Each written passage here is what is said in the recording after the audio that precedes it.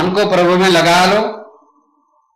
इसलिए मन से दुनिया से वैराग्य और गोविंद के प्रति अनुराग, यही मेरे मिलने का तरीका है। तो उद्धव जी ने कहा कि वैराग्य क्या होता है प्रभु? बड़ी समझने की बात है। ये वैराग्य का परिभाषा क्या है? आप कहते हो वैराग्य करो, तो कन्हैया कहते हैं कि वैराग्य तो कई प्रकार के होते हैं। वैराग्य का परिभाषा क्या बताएं? वैराग्य माने वैराग्य। एक मरकट वैराग्य होता है, एक शमशान वैराग्य होता है, एक सच्चा वैराग्य होता है। 60 वर्ष के हुए थे, रिटायर हो गए। रिटायर होने के साल भर बाद पत्नी पधार गई। अकेलापन महसूस हो रहा है अभी, पत्नी रहा नहीं, नौकरी भी नहीं रहा। अब एक एक बात पर यही सोचते रहता है कि मेरा अपमान कहां हो रहा है। सुबह 5 बजे से बहू ने चाय में चीनी कम डाली। जब वैराग्य आ गया, जोर से वैराग्य आ गया, अच्छा अब कमाता नहीं हो, कमाई करता नहीं हो ना, इसलिए तुम लोग मेरा ध्यान नहीं रखते हो।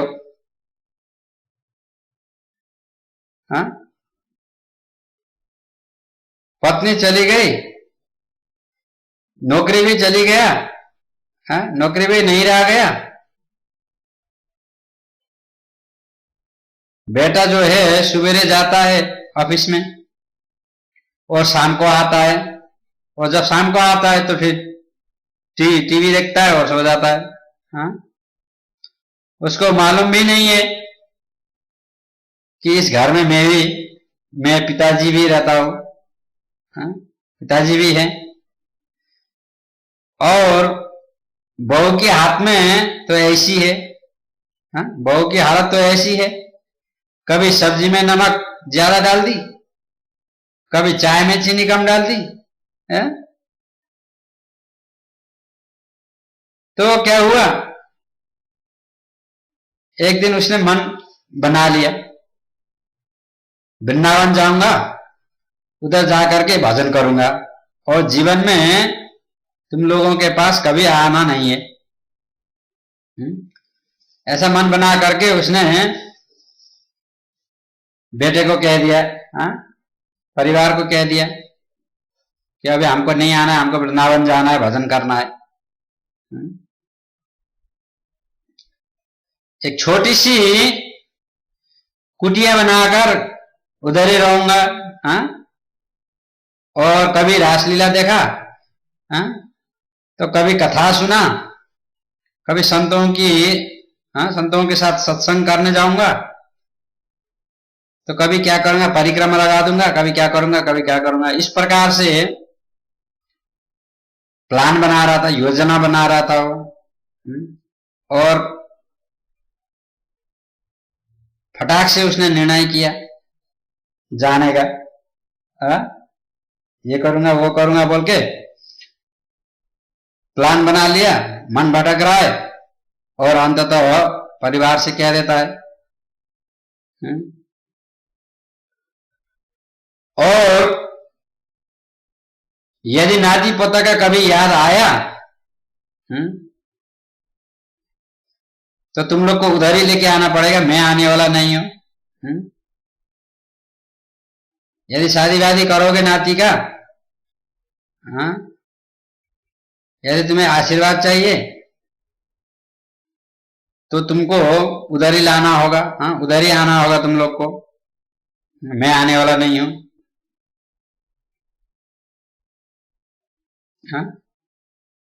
तो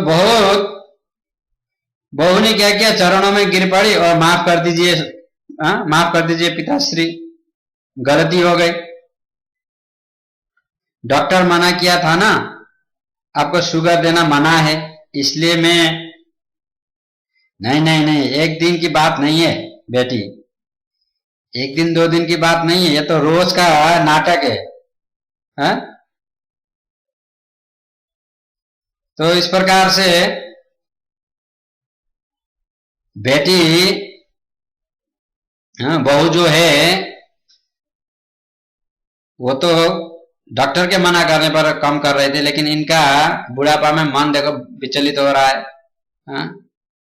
माफ मांगती है, समझाने का चेष्टा करता है, वो बाबा जो है, पिताजी जो है, बस वो रहने दो बेटी, रहने दो, वो सुनना नहीं चाहता है, क्योंकि उसका एक जो संकल्प मन में बना लिया वो अपना, बस वही उसी में, हाँ?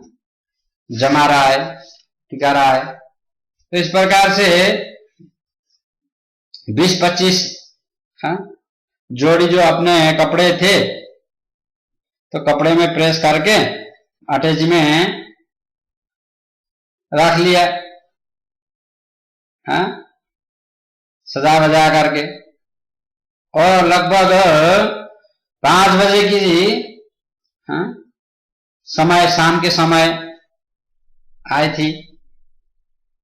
ये वैराग्य जो आया था 6 बजे तो घर छोड़ दिया, 5 बजे उसको वैराग्य आया, तो देखिए 6 बजे तो इसने क्या किया, घर छोड़ भी दिया, वृंदावन जा रहा है, 6:30 बजे तो रेल स्टेशन में पहुंच गया, और 10 बजे लौट के घर भी आ गए, वैराग्य आया है। बच्चा ऑफिस से निकले, तो जब बच्चा ऑफिस से निकल जा रहा था, ऑफिस में निकल जा रहा था, तो देखा कि पिताजी आ रहे हैं। बेटा बोला, वृंदावन जा रहे थे आप तो, क्या हुआ पिताश्री? पिताजी बोलते हैं कि वो छोटे छोटे वाला है ना, मुन्ना, और मुन्ना की याद आ गया, इसलिए मैं आ गया लौट के। सवेरे सवेरे दादाजी दादाजी दादाजी करके बुला के मेरी अंगुली पकड़कर चलता है, और सुबह अगर नहीं देखेगा मुझे, तो फिर पूछेगा दादाजी किधर है। तो मैंने सोचा यदि वो सोकर उठेगा तो रोएगा, इसलिए मैं लौट के आ गया, हाँ? पर देखो कभी फिर कभी ऐसी गड़बड़ करी तो फिर मैं हमेशा के लिए चले जाऊंगा, जीवन भर नहीं आऊंगा, समझे?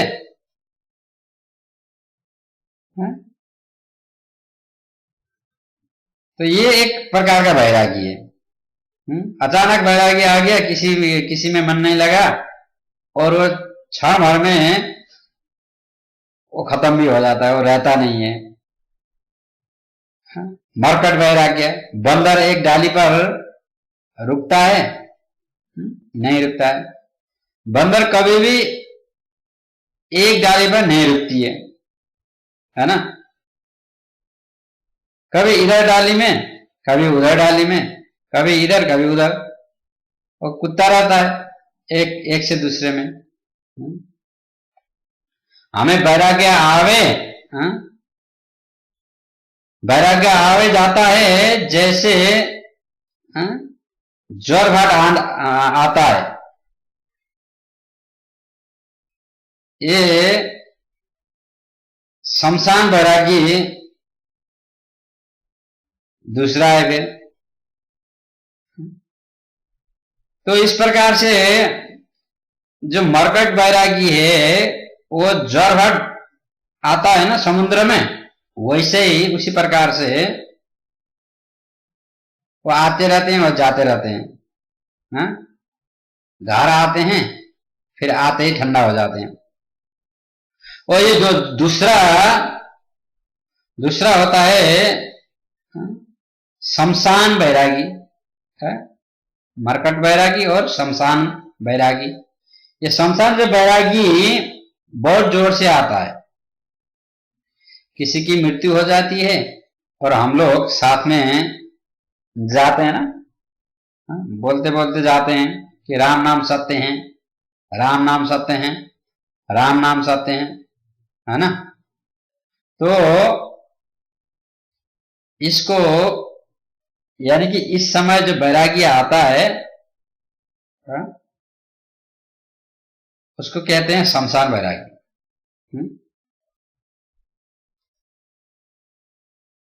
अच्छा, कुछ लोग राम नाम सत्य है कहते कहते जाते हैं और कुछ लोग पीछे पीछे सत्संग करते जाते हैं।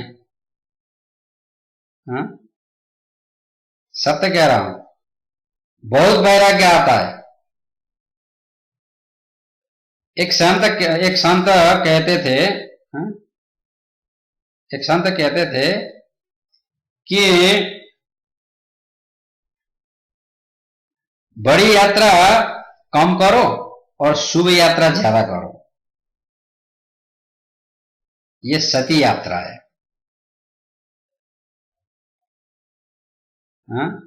बनारस में अगर आप जाओगे तो उधर देखने को मिलता है बहुत। तो बनारस में एक घाट है जिनका नाम है मणिकर्णिका। ये मणिकर्णिका जो घाट है ना, वहां पे 24 घंटे सब जलते रहते हैं। ये सत्य यात्रा है। और सबको तो शिव का रूप बता दिया है, सबको तो शिव का रूप बता गया है। उस समय जितने लोग सब यात्रा में जाते हैं बड़ा वैराग्य आता है, मत पूछो। राम नाम सत्य है, राम नाम सत्य है, राम नाम सत्य है कहते हुए चलते हैं। पीछे एक सज्जन ने दूसरे के कान में हाथ रख करके कहा, दूसरे के कान में हाथ रखते हुए कहा कि चला गया बेचारा। अब तक तीसरे सज्जन बड़े प्रश्नवाचक, अच्छा बात क्या थी? पूछता है अच्छी बात क्या थी? अरे साहब कुछ नहीं था। लोग इस कथा उस कथा को सुनाते हैं, अब इस कथा को कभी उस कथा को सुनाते हैं। अपने से क्या बताओ, कुछ तकलीफ ही नहीं थी। तो रात को 8 बजे भोजन किया है, 8:30 बजे टीवी समाचार देखा है इन्होंने, 9 बजे क्रिकेट मैच भी देखा था, 11 बजे आराम से सो गए, 5:30 बजे घूमने गए, 7 बजे लौट के आए हमारे साथ में ही। और चौराहे से वो अपने घर चले गए थे और मैं अपने घर गया। 7:20 में तो फोन आ गया, 7:20 में तो उसके घर से फोन आ गया कि वो मर गए। तब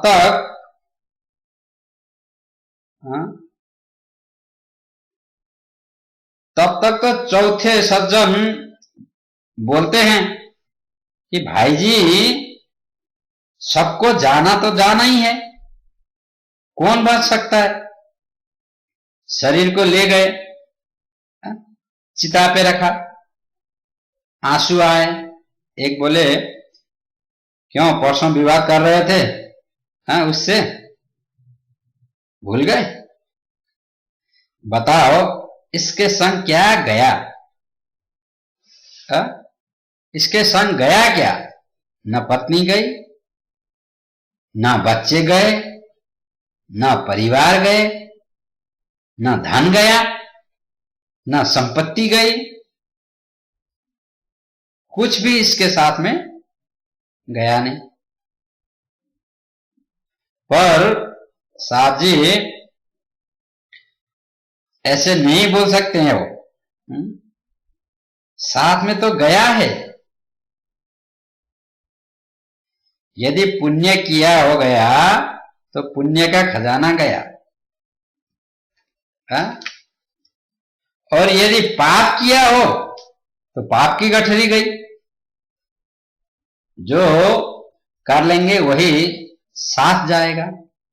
इसलिए आज के बाद झूठ बोलना बिल्कुल बंद, कम तोलना बिल्कुल बंद, वही मानी बिल्कुल बंद। ये बेईमानी बहुत चलता है आजकल, इसलिए बेईमानी करना भी बिल्कुल बंद। कथा सुनने जाएंगे, कथा में बीच में मोबाइल नहीं बजाना चाहिए। कथा में जब जाएंगे तो मोबाइल को ऑफ करके जाना चाहिए, स्विच ऑफ करके जाना चाहिए, या कम से कम वाइब्रेट क्या बोलते हैं, वाइब्रेट ट्यून में रखना चाहिए, ताकि किसी को भी, किसी का मन कथा से न भटके, किसी को डिस्टरबेंसेस ना हो। कथा में रुई की बत्ती नहीं बनानी। आजकल क्या होता है, माताएं, ध्यान देना, आजकल माताएं क्या करती है, कथा सुन रही है कानों से, लेकिन रुई की बत्तियां बना रही है, बैठे बैठे कुछ ना कुछ काम करते रहते हैं, बड़े बड़े प्रतिज्ञा करते हैं। हाँ, हनुमान चालीसा पढ़े हैं, हनुमान चालीसा पढ़े बिना तो चाय भी नहीं पियेंगे। गीता के एक क्या बोलते हैं अध्याय पढ़ने के बाद ही नाश्ता के बारे में सोचेंगे। जब तक चीता जल करके राख नहीं हो जाती, पूरी गीता घूमती है उनके दिमाग में, उनके दिल में, बहुत चीजें सोचते हैं, और जाकर के वो लोग जब जा करके फू करके रात के 12 बजे नदी में जब नहाना पड़ता है ठंडी पानी में, 1 बजे लौट करके घर जब आए, पत्नी बोली कहाँ गए थे? अरे देवी क्या बताएं, आजकल लोग मरते भी है तो टाइम से नहीं मरते हैं। ये कोई टाइम है मरने का? रात के 12 बजे ठंडी पानी में नहाना पड़ गया, कॉफी बना के ले आई, कॉफी बना के ले आओ बोला, तो कॉफी चाय जो भी पीते थे तो कॉफी चाय बना के लेके आते हैं।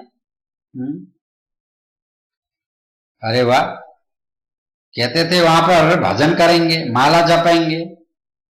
देखिए परिस्थिति क्या है, जब तक वो शमशान घाट में थे तब तो उनके मन में यही विचार आया था कि हम नहाए बिना कुछ नहीं करेंगे, खाना भी नहीं खाएंगे, कुछ भी नहीं पिएंगे, माला करेंगे, ये करेंगे, वो करेंगे, फलाना करेंगे, ठिकाना करेंगे।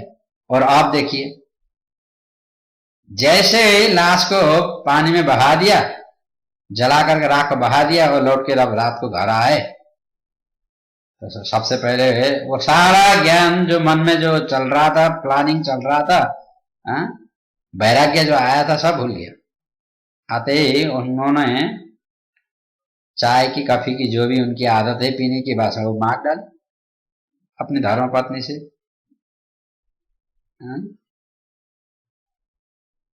तो ये कहाँ चला गया ये सब? जब वैराग्य था कि भजन करूंगा, ये करूंगा, माला जपूंगा, ये करेंगे, वो करेंगे, जो भी करेंगे बोल रहे थे, यहां आते ही सब खत्म। इसको कहते हैं मसान वैराग्य, यानी कि शमशान भूमि पे आते ही वैराग्य आती है, और घर आते ही सब खत्म हो। और देखिए तीसरा वैराग्य जो होता है वो होता है सच्चा वैराग्य, सच्चा त्याग कबीर का जो मन से दिया उतार, जिनका मन मैला भया, वो तो डूब गया मझधार। सच्चा त्याग मन से होता है। मन में ये बात सोच लेना, सोचो क्या साथ जाएगा। जो जगह मेरी हो ऐसे रहूं जैसे जल में कमल का जो फूल रहे। मेरे सब गुण दोष समर्पित हों, करता तुम्हारे हाथों में। जो जगह मेरी हूं तो ऐसे रहूं जैसे जल में कमल का फूल रहे। मेरे सब गुण दोष समर्पित हो, करता तुम्हारे हाथों में। यानी कि सब गुण दोष आपको समर्पित हैं। कमल का फूल पानी में रहता है, पर पानी के एक बूंद भी अपने ऊपर ठहरने नहीं देता। बहुत बड़ी बात है। और देखो, ये वैराग्य की जो चरम पणति है, मन से वैराग्य आया और वही मन का वैराग्य धीरे धीरे धीरे धीरे धीरे सब शरीर पर प्रकट हो गया। उसी का नाम संन्यास है। काम्यानम कर्मणम न्यासम संन्यासम कवयो विदु। भगवान कृष्ण जी गीता में कहते हैं ना, काम्यानम कर्मणम न्यासम संन्यासम कवयो विदु।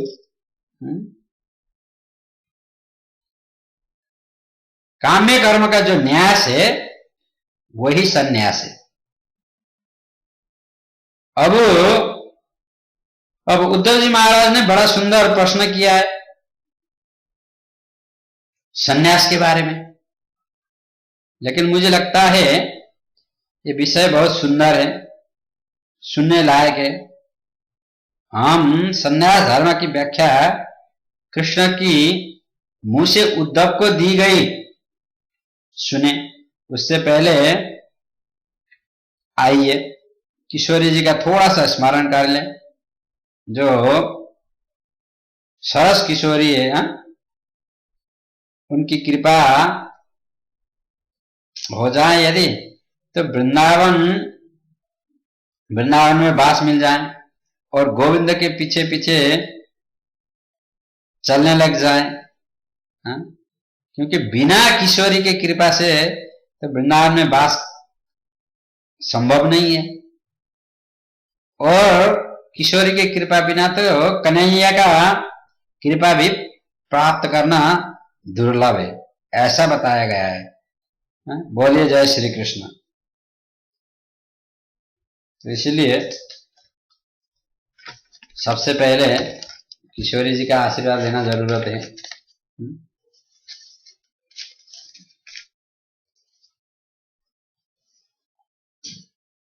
थोड़ा भजन कर लेते हैं किशोरी जी का, और उसके बाद भगवान क्या कहते हैं उसके विषय में सुनेंगे।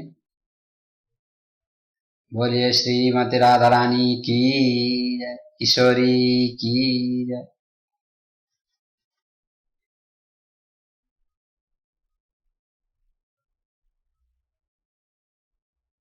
योगेश योग विन्यास योगात्मान योग संभव निश्रेय समा स्वयमे प्रोक्तम त्याग संन्यास लक्षण।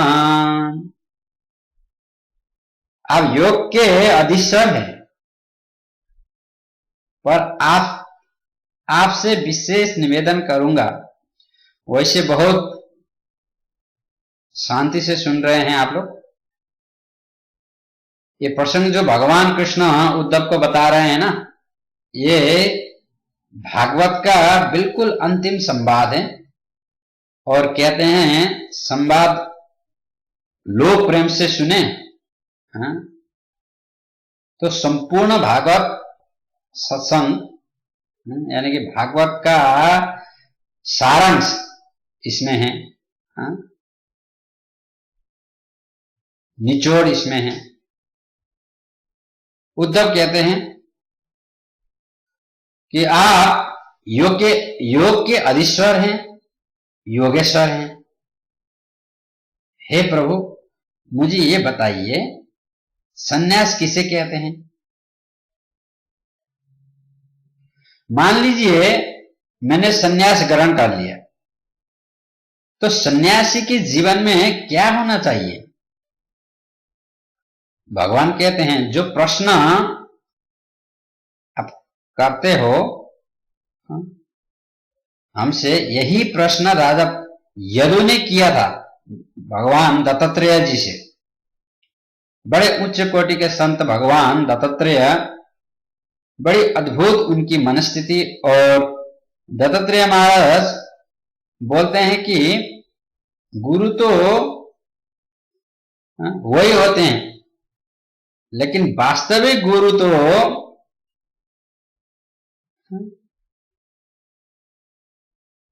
जो मंत्र यानी कि जिससे मंत्र मिलता है वही होते हैं वास्तविक गुरु। सामान्य गुरु तो अनेक होते हैं, सामान्य गुरु तो अनेक होते हैं, लेकिन वास्तविक गुरु जो होते हैं वो तो मंत्र जिससे मिलता है, जिससे मंत्र आप सुनते हैं वही विशेष गुरु होते हैं, उन्हीं को गुरु माना जाता है। तो गुरुदेव ने तो गुरुदेव के मंत्रों में विश्वास करो और गुरुजी महाराज के चरणों में आस्था रखो। शरीर तो जाने वाला है, चला जाएगा और सबका जाएगा। जाता से ही ध्रुवम मृत्यु ध्रुवम जन्म मृत्यु से जा। जिसका जन्म हुआ है उसको तो जाना है, मरण होना ही है। कहते ना, आया है सो जाएंगे राजा रंग फकीर। कोई बचा है क्या? न राजा बचा, न भिखारी बचा, न संत, सबको जाना है। लेकिन जो उनके द्वारा जो उपदेश मिला है, जो उनके द्वारा मंत्र मिला है, उसको जीवन में धारण करो। मन में जो मंत्र देते हैं वो गुरु, ऐसा गुरु को कभी बदलना नहीं चाहिए। जैसा हम लोग ने एक बार सुना था ना, मैंने बताया था आप लोग को कि किस प्रकार से एक मैया थी, जिससे भी वो दीक्षा लेती थी वो गुरु मर जाते थे और कुछ समय के बाद दूसरा गुरु लेती थी और तीसरा गुरु लेती थी और इस प्रकार से गुरु बदलती रहती थी। तो ऐसा नहीं करना चाहिए। गुरु एक ही होता है और एक ही से ही लेना चाहिए और उनके शिक्षा पे आधार होना चाहिए। अपने हिसाब से बदलते रहते हैं लोग। और शिक्षा गुरु जो होते हैं ना, वो जीवन में बदल सकते हैं।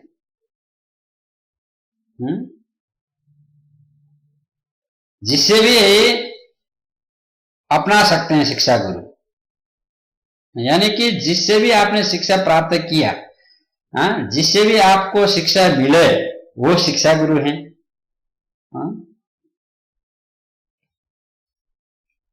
बड़े हैं, बुजुर्ग हैं, आदरणीय हैं। शास्त्र की कोई बात कही, उसको हृदय में धारण करो, जरूर उतारो, वो गुरु जी है। आप प्राइमरी, सेकेंडरी, किंडरगार्टन से लेकर के primary, secondary, middle class, high school, college, university वगैरह वगैरह, पीएचडी कहां तक जाते, कितने आपके मार्ग में कितने सारे कितने प्रकार के गुरु आ जाते हैं। ये सब गुरु ही है, परंतु ये शिक्षा गुरु है। ठीक है ना? दीक्षा गुरु तो वही है जिसके मुंह से आप मंत्र सुनते हैं। और ऐसा जो मंत्र सुना हुआ गुरु बदलना नहीं चाहिए। तो दत्तात्रेय भगवान कहते हैं कि मेरे जीवन में ऐसे शिक्षा गुरु तो अनेक हैं, और 24 गुरुओं की वर्णन करते हैं। उनको उनके जीवन में 24 गुरु बनाया उन्होंने, पर उनका कान वाला गुरु तो एक ही है, यानी कि दीक्षा गुरु तो एक ही है। लेकिन शिक्षा गुरु मेरे जीवन में जिन जिन से मुझे शिक्षा मिली वो गुरु हैं। तो बताते हैं, पृथ्वी, वायु, आकाश, अपोग्नि, चंद्रमा, रवि, कपोतो, जगर सिंधु, पतंगो, मधुकृत, गज। मेरा जीवन का पहला गुरु है पृथ्वी। मैंने पृथ्वी को गुरु बना करके शिक्षा ग्रहण की कि संत के जीवन में, साधु के जीवन में पृथ्वी जैसी सहनशीलता होना चाहिए। और वायु को गुरु बना करके मैंने क्या सीखा? वायु को गुरु बना करके मैंने सीखा कि वायु चलती है लेकिन दिखती कभी नहीं है। महापुरुष को चाहिए कि अपने प्रवचन के द्वारा, अपने उपदेशों के द्वारा समाज का कल्याण करें, पर ये कभी चाहे नहीं दुनिया मुझे पहचाने।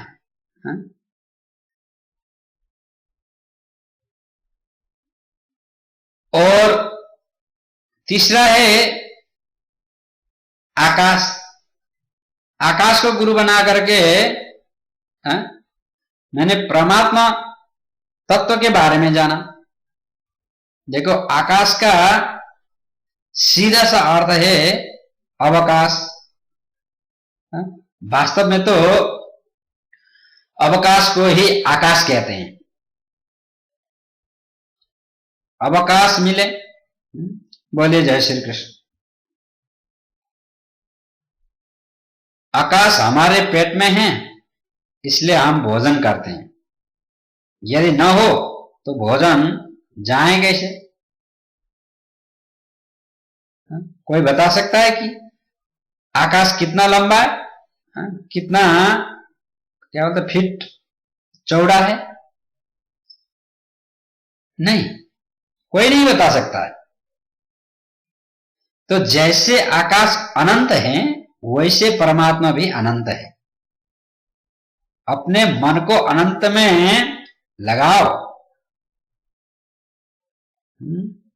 अंत में क्या लगाना?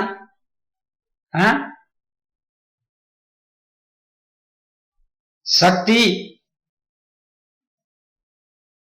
राम कृष्ण अनंत है, इनमें मन को लगाओ। एक और बात,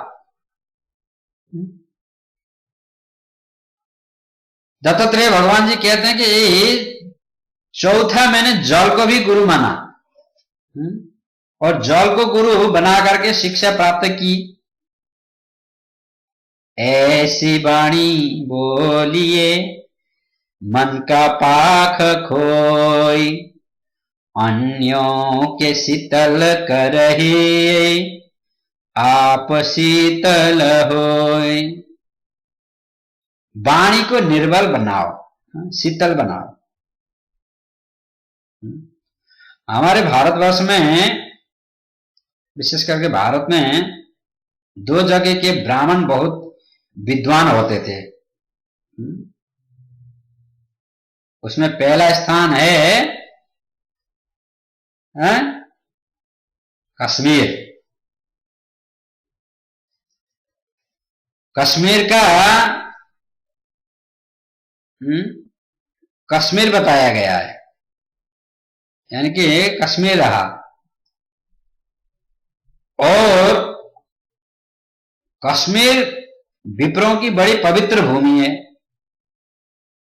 कश्मीर सरस्वती की जन्म भूमि है।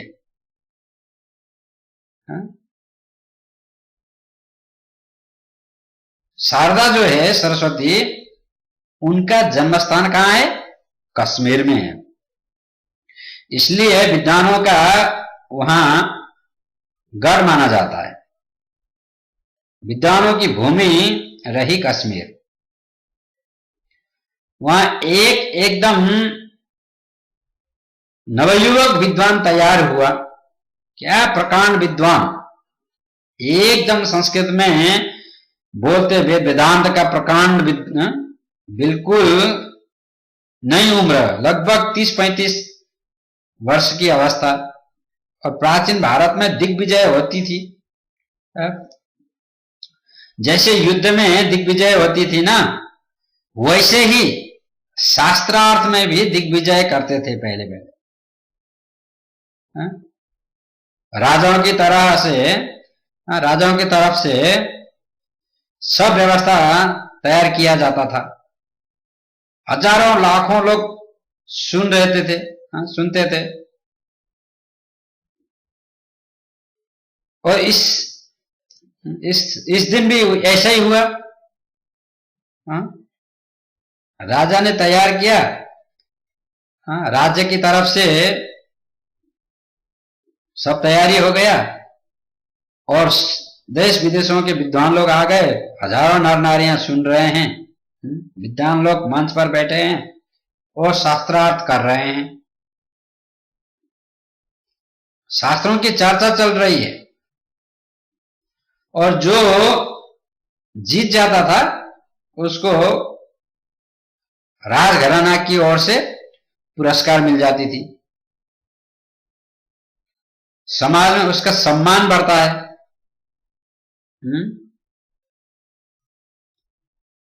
ऐसा ही हुआ। उस 30-35 वर्ष का जो युवा ब्राह्मण ने महाराज पूरा उत्तर भारत जीत लिया। जहां भी जाता आकट्य प्रमाण देता शास्त्र का, लोग हार जाते। घूमता दिग्विजय करता हुआ वो युवक बाबा विश्वनाथ की नगरी में आया। और दूसरा स्थान है काशी। देखिए, तो पहला स्थान था कश्मीर और दूसरा स्थान है काशी। तो इस प्रकार से जब बाबा विश्वनाथ की नगरी में आया, तो काशी में जब आया तो काशी के सब विद्वानों को भी उसने परास्त कर दिया। तो क्या हुआ, एक 85 वर्ष के एक वृद्ध बड़े बाबा रहते थे वहां पर। बूढ़े बाबा थे 85 वर्ष की उम्र का। तो सब विद्वान उनके पास चले गए और बोले, महाराज, काशी का जो लज्जा है आपके हाथ में है। काशी की लाज रखो। ये बड़ी खुशी की बात है कि विद्वान पुरुष हैं, लेकिन अब काशी सबको हरा रहा है।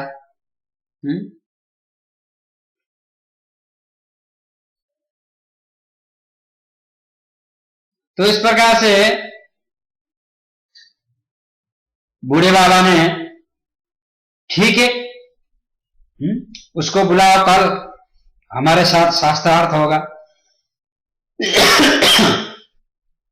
तो बूढ़े बाबा ने स्वीकार किया।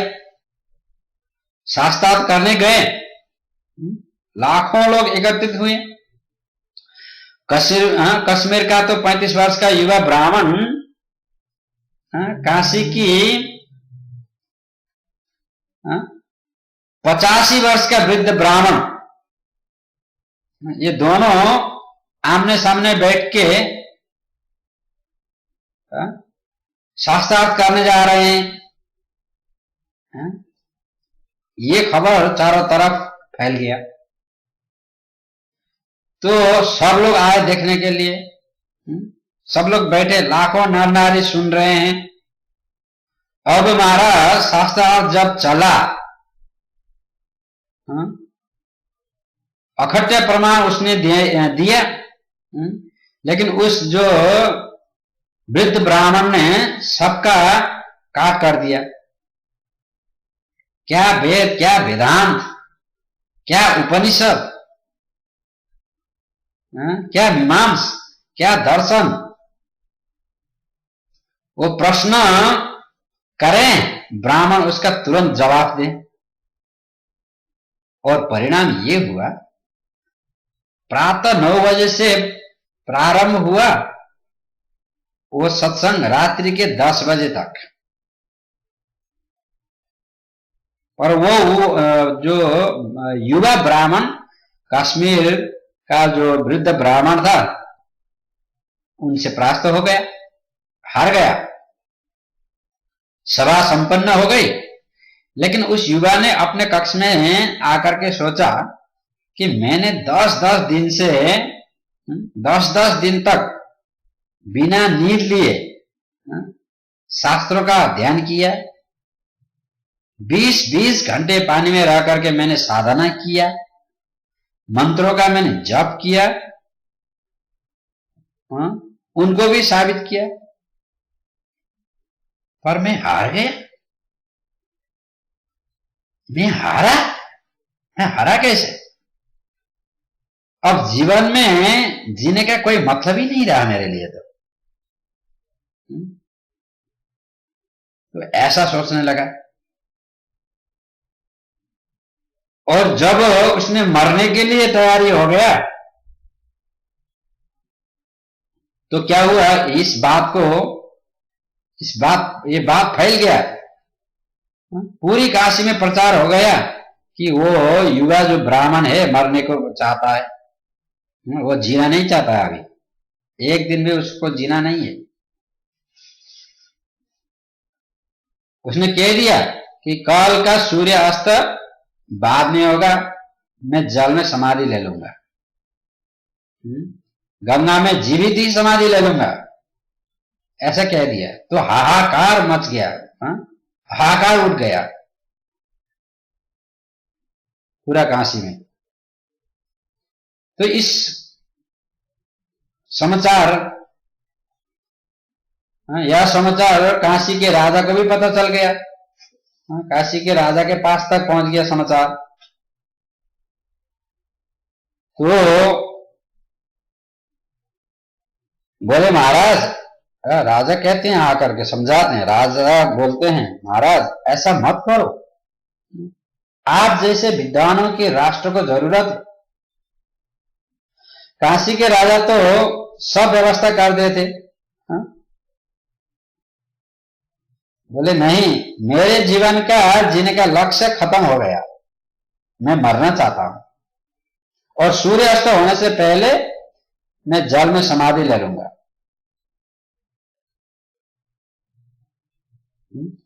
लाखों नर नारी युवा को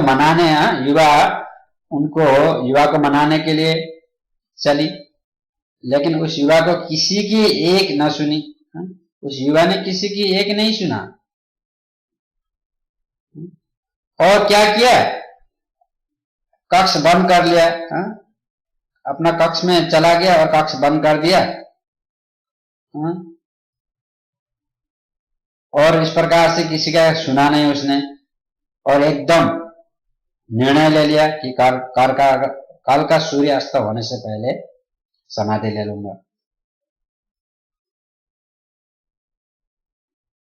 तो उस वृद्ध जो 85 वर्ष का बाबा था, उनको भी इस समाचार को, उनके पास भी पहुंच गया यह समाचार। तो ये 85 वर्ष का बाबा ने जब सुना, लोगों ने कहा वो मरने चाहता है, तो उन्होंने कहा कि नहीं, उसको बोलो मरना नहीं चाहिए, उसको बोलो ऐसा नहीं करते। उसने कहा नहीं, मैंने निश्चय कर लिया कि सूर्यास्त से पहले गंगा में डुबकी लगा दूंगा। तो उस वयोवृद्ध ब्राह्मण ने कहा, उसको जाकर के बोलो वो हमारा बात सुन ले, एक बात सुन ले। वो क्या है कि देखो,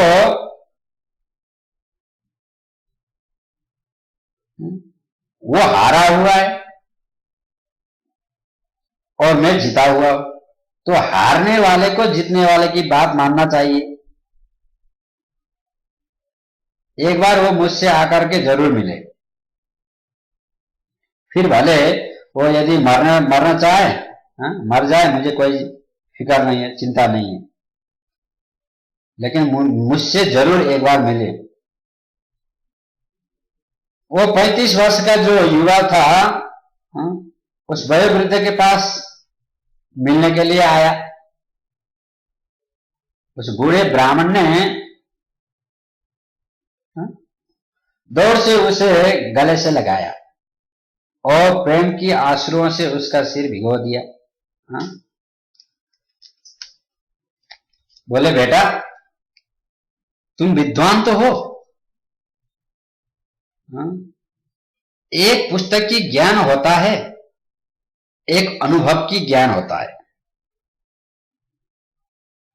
मेरे बाल पक गए, मैं 85 वर्ष का हो गया, हो सकता है अनुभव में मैं तुमसे ज्यादा ही जानता हूं, लेकिन प्रश्न तुमने मुझे शास्त्रों में किया है, मुझे मालूम है, पर शास्त्र का निचोड़ क्या है तुम्हें मालूम है? जीवन जीने के लिए मिलता है, मरने के लिए नहीं। ये शास्त्रार्थ, ये शास्त्र का निचोड़ है। बेटा, हम दोनों ने शास्त्र की चर्चा की, हमारा कोई बेईमान नहीं है, और मैं तुमसे बेईमानसा क्यों करूंगा? मेरा पोता भी तुमसे बड़ा है, मैं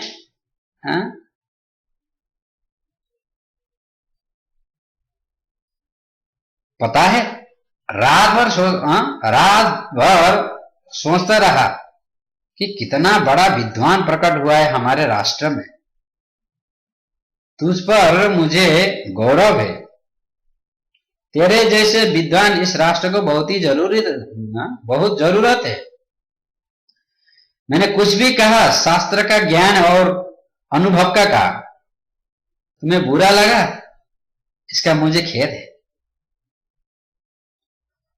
और तुम ऊंचे समझते हो तो मुझे क्षमा करो, लेकिन तुम मरना नहीं चाहिए, तुम्हें जीना चाहिए और शास्त्रों का प्रचार प्रसार करना चाहिए। समाज में जो भ्रांति है उसे तुम्हें दूर करना चाहिए। छोटी छोटी बातों से तुम घबराओगे तो काम कैसे चलेगा? इतना कहा करके वह वयोवृद्ध ब्राह्मण वहां से चले गए, और घर में जाकर के उस वयोवृद्ध ब्राह्मण ने घर का दरवाजा बंद किया और सोचा, ऐसे विरक्ता में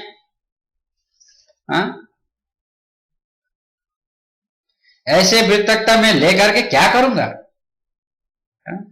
जिसकी वजह से कोई मरने को तैयार हो जाए। यदि मैं विद्वान न होता, शास्त्रार्थ न करता, तो आज उस युवा के मन में ये क्यों आता, वो मरने को तैयार क्यों होता? इसलिए आज के बाद मैं जीवन में बोलूंगा नहीं। और उसने लकड़ी लेकर के बीच में से चीरकर अपने जीवा से लकड़ी को बांध दिया, डोरे से कस के। आगे चल करके उन्हीं का नाम हो गया कष्ट जीवा स्वामी, काष्ट जीवा स्वामी। काष्ट जीवा नाम के महात्मा वो बन गए, जीवन में बोला ही नहीं कभी। ऐसी बड़ी ऐसी वाणी किस काम की जो दूसरों को मरने के लिए बाध्य कर दे।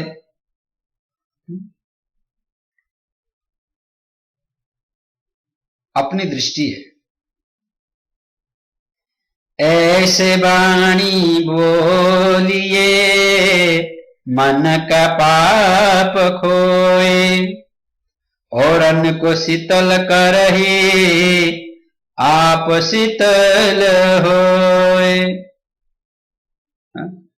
मैंने जल से शीतल को सीखा, और अग्नि को गुरु बना करके मैंने क्या सीखा? अग्नि को गुरु बना करके मैंने जाना कि ज्ञान अग्नि दग्ध कर्माणम तमहो पंडितम बुध। कृष्ण जी गीता में कहते हैं ना, ज्ञान अग्नि दग्ध कर्माहम तामहो पंडितम बुध। महात्माओं के जीवन में ज्ञान की अग्नि होना चाहिए। ज्ञान की अग्नि में कर्म जल के दग्ध हो जाती है, यानी कि कर्म दग्ध हो जाएं तो ही हम दूसरों को सद्मार्ग दिखा सकते हैं,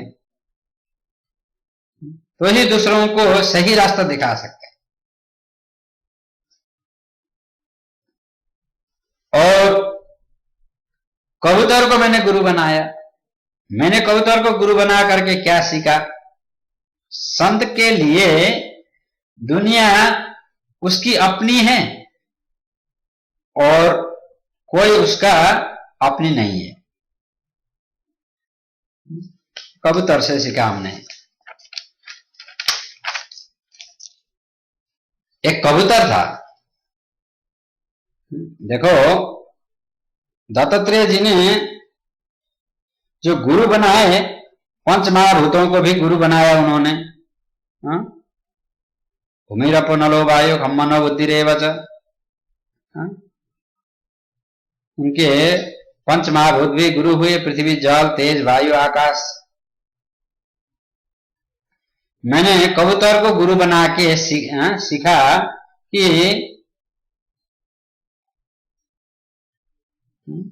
कपोत कश्चनारण्ये कृत निरो वनस्पतः कपत्या भार्य सार्थम ओवास कतिचिना समा।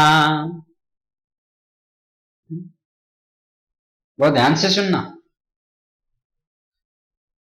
एक कबूतर अपने पत्नी के साथ में जंगल में रहता था।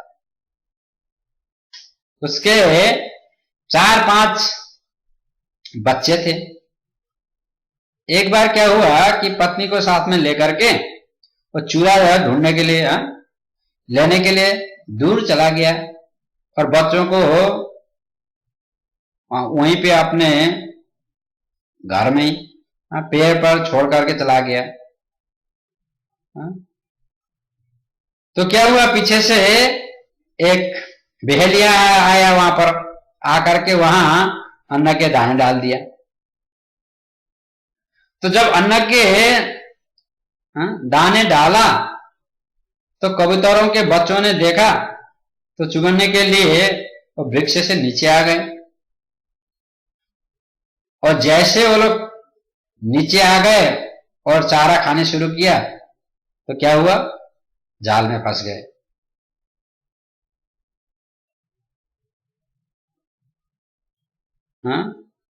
कबूतरनी कहती है, जब वो लोग लौट करके आया और देखा वो फंसे हुए हैं बच्चों को, अपने बच्चों को फंसते हुए देखा, तो कबूतरनी कहती है, हे भगवान, मेरे बच्चे तो फंस गए, मैं रह करके क्या करूंगी अभी जीवन में, जाल में फंस गई। बच्चों को फंसते हुए देख करके वो सोचती है कि मैं जीवन में रह करके क्या करूंगा बच्चों के बिना, बच्चे गए, अभी तो बच्चे को तो अभी ये बहेलिया क्या करेगा कौन जाने। तो इसलिए तो जानबूझ के कबूतरनी भी जाकर के जाल में फंस गई। तो कबूतर कहता है कि जब धर्म पत्नी भी फंस गई, बेटा बेटी भी फंस चले गए, तो मैं अकेला रह करके क्या करूंगा। लो जी, वो भी कोई वो भी जाल में जाकर के फंस गया। तो बहेलिया तो बहुत खुश हो गया। बहेलिया बोला ऐसे समझदार कबूतर दो चार मिल जाए, रोज दो चार मिल जाए तो अपने आप फंसते जा रहे हैं, मुझे क्या तकलीफ करना पड़े। बहेलिया सोच रहा है।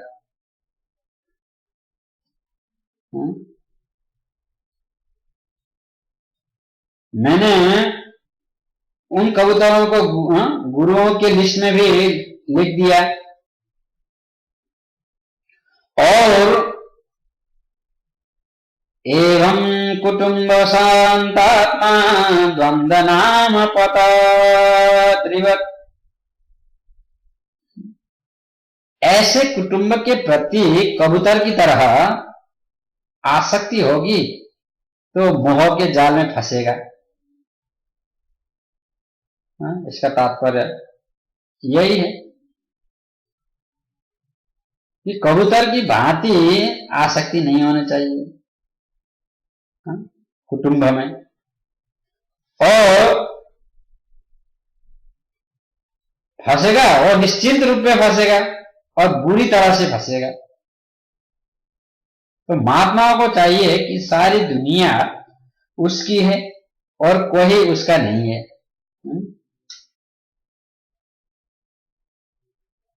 उदार चरितानां तु वसुधैव कुटुंबकम, सबको एक दृष्टि से देखना। मैंने फिर अजगर को गुरु बनाया और अजगर को गुरु बना करके मैंने अजगर से क्या सीखा। अजगर से सीखा कि जब महात्मा बन गए तो मिल गया तो बढ़िया, नहीं मिला तो डबल बढ़िया। अजगर की तरफ पढ़ा। कुछ लोग मुझे महात्मा समझते हैं, कोई भिक्षुक समझते हैं, तो कोई पागल समझता है, कोई क्या समझता है, कोई क्या समझता है। जो मुझे महात्मा समझते हैं भिक्षा दे देते हैं, और फिर मैं पा लेता हूं उसको, नहीं देते तो पढ़ा जाता हूं, चिंता नहीं। मैंने सागर को गुरु बनाया है और मैंने सागर को गुरु बना करके क्या सीखा सागर से कि शिक्षा ग्रहण की सागर से मैंने कि महात्मा के जीवन में सागर जैसे गहराई और सागर जैसे गंभीरता होनी चाहिए। ऐसा होना बहुत ही जरूरत है। और मैंने पतंगी को भी गुरु बनाया और पतंगा से क्या सीखा। देखिए, पतंगा अग्नि के पास जाती है, पतंगा अपने आप अग्नि के पास में जाती है और जाते ही जल में क्या होते, जल के राख हो जाती है। अग्नि में पतंग जब जाती है तो वो जल जाती है और जल करके राख हो जाती है क्षण भर में।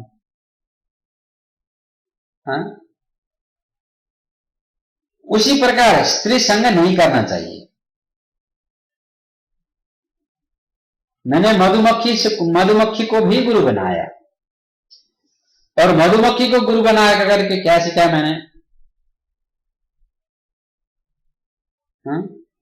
कि देखिए, मधुमक्खी शहद एकत्रित करती है, लोग दूसरे ले जाते हैं। तो जब तुम एकत्रित करते हो और दूसरा ले जाता है तो संग्रह करना क्यों? संग्रह क्यों करना? आदमी लोग संग्रह करता रहता है, मर मर के जीवन भर तड़प तड़प के पसीना भगा भगा करके संग्रह करता है, और दूसरा आके उसका आनंद उठा लेता है, मजा उठा लेता है। तो संग्रह का अर्थ क्या रहा गया, मतलब क्या हुआ? यदि कोई दूसरा उसका मौज उड़ाए तो उसी प्रकार से मैंने गजराज को गुरु बनाया।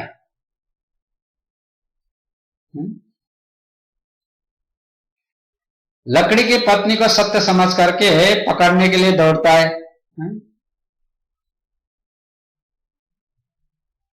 जब गजराज हाथी जब लकड़ी की पत्नी को सत्य समझ करके पकड़ने को दौड़ता है, लोग हर से वो रस्सी को खींच देते हैं। तो क्या होता है? वो गड्ढे में गिर जाता है। कदापि युवती भिक्षो निष्पृष्दार विपत्ति, यानी कि संत के लिए जो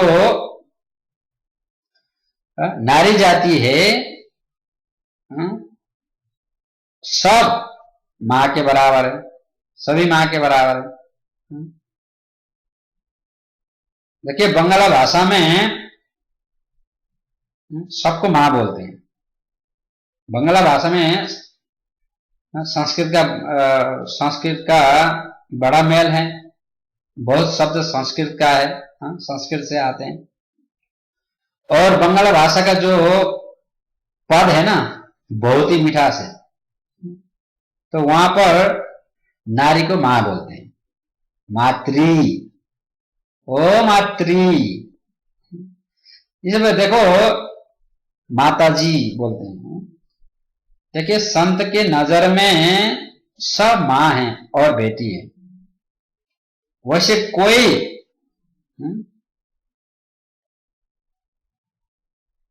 कोई वैयक्त संबंध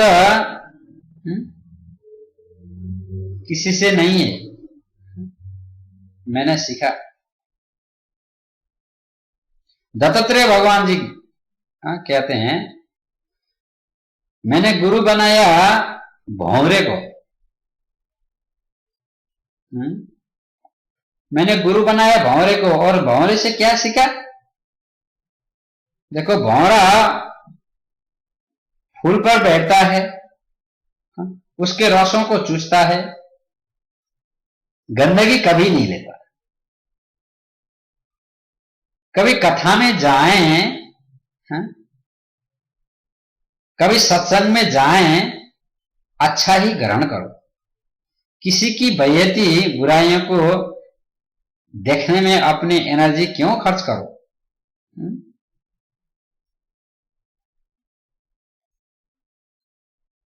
मैंने ऐसा सीखा है। आजकल तो क्या करते हैं लोग, कथा सुनने जाते हैं, इस कथा सुना उसके साथ, दूसरी जगह दूसरा की कथा सुनी, तीसरी जगह तीसरा की कथा, और क्या करते हैं, कंपैरिजन करते हैं, तुलना करते हैं। ये भी अपराध है, ऐसा भी नहीं करनी चाहिए। तो मैंने बच्चे को भी गुरु बनाया, बच्चों को भी मैंने गुरु बनाया, बच्चों को भी गुरु के लिस्ट में डाला, अपनी 24 गुरुओं के लिस्ट में बच्चों को भी बनाया। ये जो बच्चे होते हैं ना, बहुत ही भोले होते हैं, न तो इनका कोई ईर्ष्या होती है, न तो किसी से किसी के प्रति कपटता होती है, न किसी से किसी के प्रति द्वेष भाव है। दत्तात्रेय जी कहते हैं, बच्चों को मैंने गुरु बना लिया। एक कथा आती है, देखो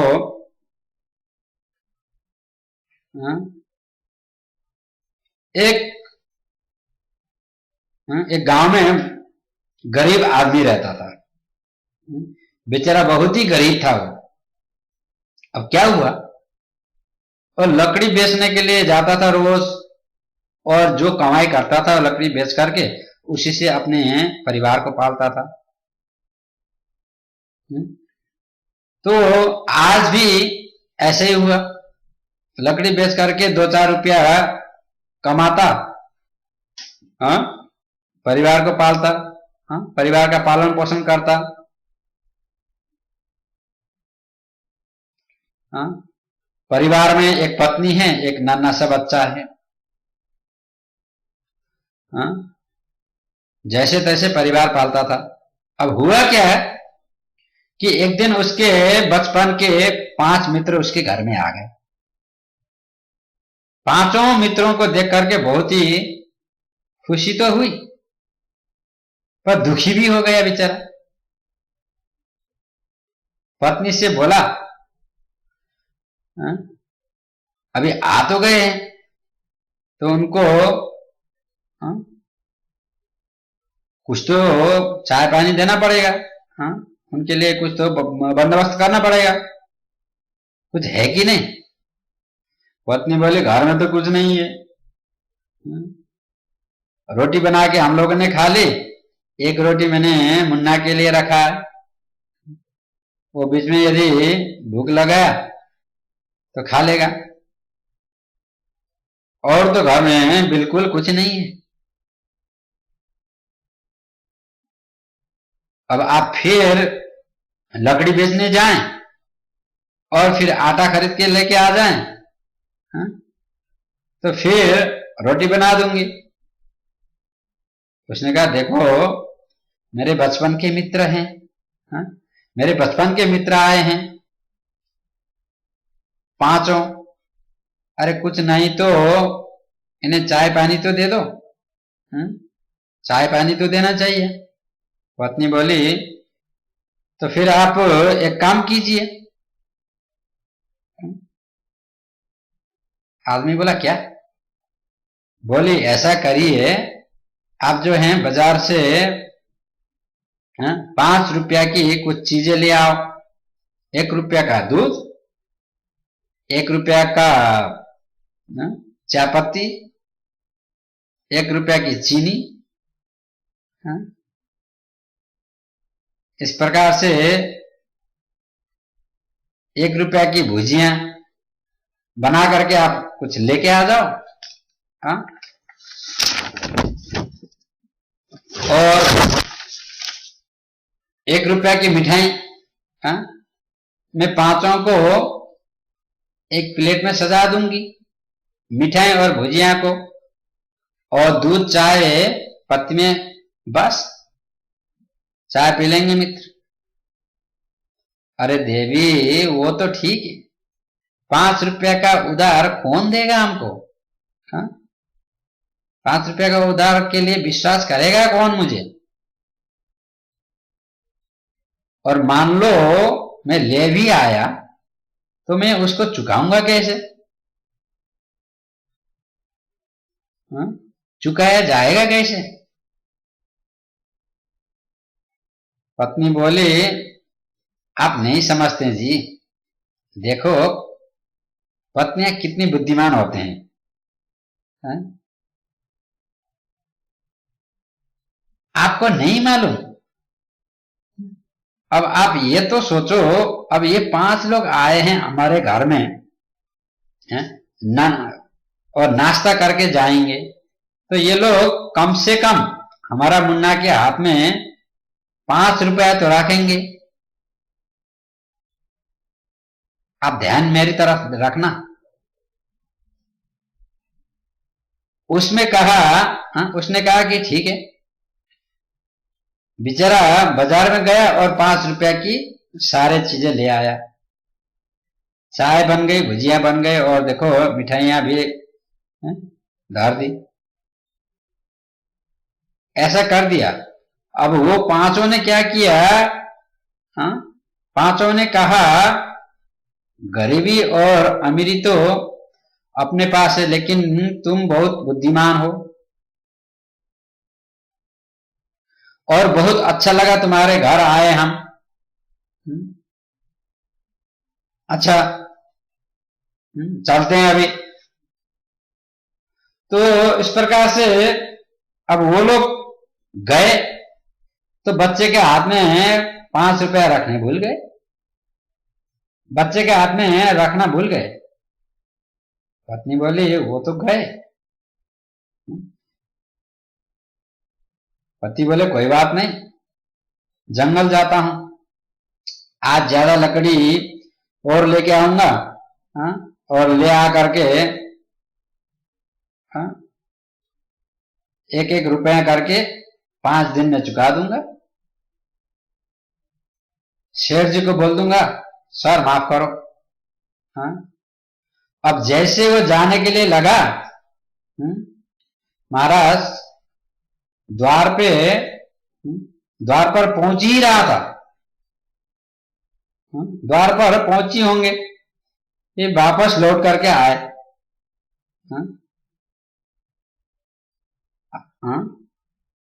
आओ साहब कैसे पधारे, क्या बताएं, अब आपसे हम क्या कहें। वो बात ये है कि वो ऐसा हुआ कि वो बच्चे के लिए हम कुछ मिठाई तो लाए नहीं। लाला कहाँ है? बच्चे के हाथ में कुछ रखने लगे तो बच्चा बोला मैं नहीं लेता। माँ ने कहा लेकिन बेटा, बोले नहीं लेता। अरे देखिए,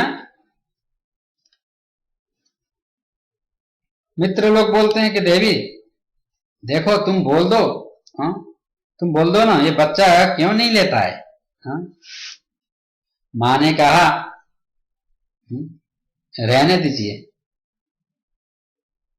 वो बोले नहीं नहीं नहीं, हम कुछ लाए नहीं, हम कुछ लाए नहीं थे ना, पर कुछ तो देना चाहिए, कुछ देना चाहते हैं हम बच्चे को। तो मैया ने कहा कि बेटा प्रेम से बापूजी दे रहे हैं तो ले ले। बोले मैं नहीं लेता। माँ बोली क्यों नहीं लेता? बच्चा बोलता है क्योंकि तुम 5 रुपया की बोल रही थी, ये तो 2 रुपया दे रहे हैं। तुमने कहा था ना 5 रुपया देकर जाएंगे, बाजार का कर्जा चुका देगा, चुक जाएगा। 2 रुपया दे रहे हैं ये लोग। 2 में कैसा दूध वाले का चाय वाले का सब देना है ना। माँ ने दौड़ करके बच्चे को गले से लगा दिया। इतना निर्मल अंतःकरण, उसको ये भी नहीं मालूम, वो यह भी नहीं जानता कब क्या कहना चाहिए, कब क्या कहना है।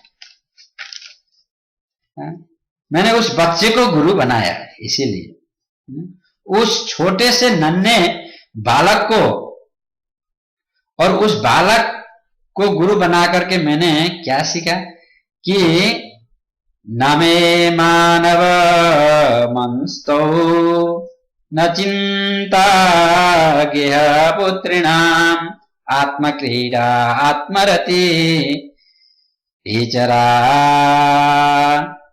शिहवालव।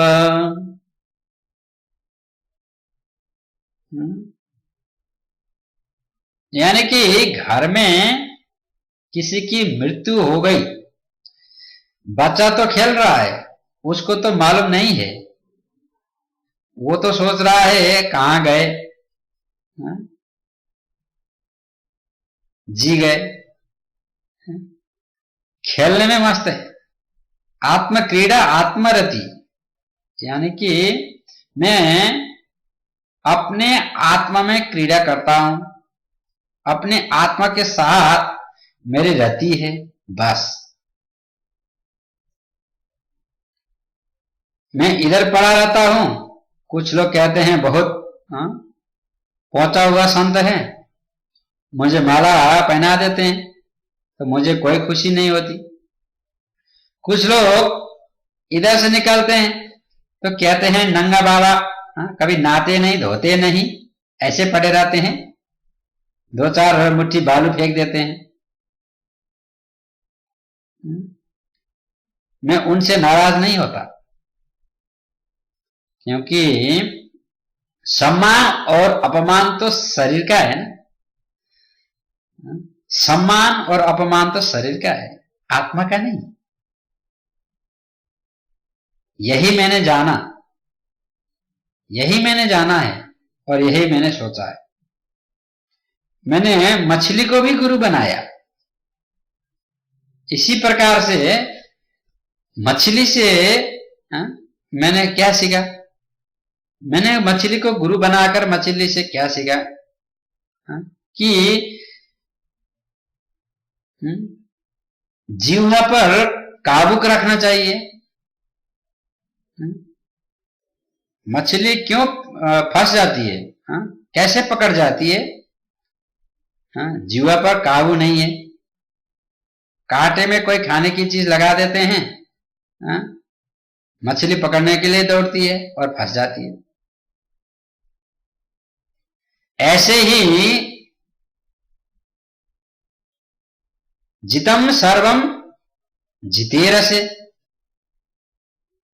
जिसको इंद्रियों पर विजय प्राप्त करनी है वो जीव पर विजय प्राप्त करे। जैसा मिल गया रूखा सूखा खा गया। जीने के लिए खाना, खाने के लिए जीना नहीं। ये प्रयास करना चाहिए। जीने के लिए खाना, खाने के लिए नहीं जीना, ऐसा प्रयास करना चाहिए। बोलिए जय श्री कृष्ण।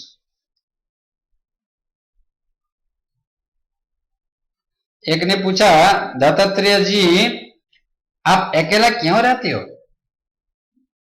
2-4 शिष्य रख लो पास में। बोले देखो, संत अकेला रहने, संत अकेला रहे तो भजन में मन लगता है। जिसका मन बस में है वो भीड़ में भी रहे तो फर्क नहीं पड़ता। मुझे तो मेरा मन पर विश्वास नहीं है ना, इसलिए मैं अकेला ही रहता हूं। और ये मैंने सीखा कहां से? ये मैंने सीखा एक कुमारी कन्या से। एक कुमारी कन्या को भी मैंने गुरु बनाया। शादी से पहले बेटी को देखने जाते हैं ना, कहां जा रहे हैं? पूछते हैं लोग, कहां जा रहे हैं साहब? बोले बहू देखने जा रहे हैं। आजकल इतना सत्कार जो करते हैं उतना यदि भगवान को कर ले तो भगवान मिल जाए। और नखरे का तो ठिकाना ही नहीं। ठंडा गरम चटपटा मीठा कारी, ये तो ये वो फलाना ठिकाना बिछाएगा नहीं। ये तो नहीं बिछाएगा, ये तो किराए में लाएगा। मखमल की गद्दी 10-20 हजार तो इनके स्वागत के लिए ही खर्च कर देगा। और जब जाने लगेंगे तो डरता डरता हुआ हाथ जोड़ करके पूछेगा, हाथ जोड़ करके पूछेगा मेरी बेटी कैसी लगी? और वो लोग क्या बोलेंगे? हम फोन कर देंगे कैसी लगी, बाद में बता देंगे फोन कर करके। और वहां घर पहुंच करके फोन आता है, ठीक नहीं लगी, बस। ये फुहरपन मेरे अष्टम में नहीं था।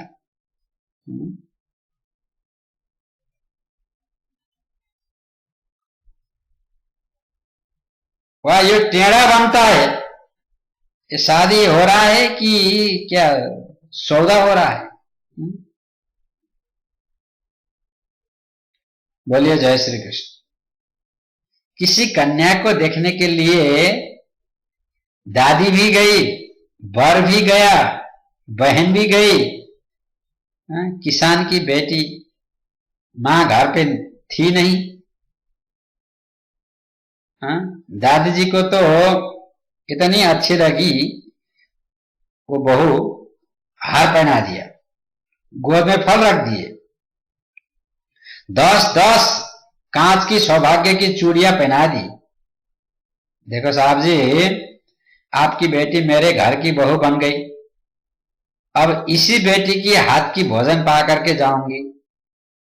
पिता ने कहा बेटी सुंदर भोग बनाओ, दाल भात बनाओ।